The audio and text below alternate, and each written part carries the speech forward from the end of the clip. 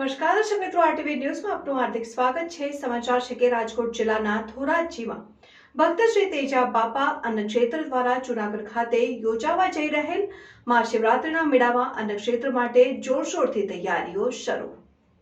રાજકોટ જિલ્લાના ધોરાજીમાં ભક્ત શ્રી તેજા બાપા અન્નક્ષેત્ર દ્વારા જૂનાગઢ ખાતે યોજવા જઈ રહેલ મહાશિવરાત્રિના મેળામાં અન્નક્ષેત્ર માટે જોરશોર તૈયારીઓ કરવામાં આવી રહી છે। તેને લઈને ધોરાજીથી જૂનાગઢ માલ સામાન જેમાં તેલ, ઘઉં, ચોખા, ગેસ સિલિન્ડર, ગેસના ચૂલા અને મસાલાઓ સંપૂર્ણ તૈયારી કરીને પહોંચાડવા માટે આખરી ઓપ આપવામાં આવ્યો હતો અને આ સંસ્થા દ્વારા અનેક સેવાકીય કાર્યો કરવામાં આવે છે, જેમાં કાયમ માટે અન્નક્ષેત્ર, શાંતિ રથની સેવા, વિનામૂલ્યે નેત્ર યજ્ઞ, કીર્તન મંડળની સેવા, જન્માષ્ટમી શોભાયાત્રામાં રાસ મંડળી, નવરાત્રી મહોત્સવ જેવી અનેક ધાર્મિક સેવાકીય કાર્યો કરવામાં આવે છે।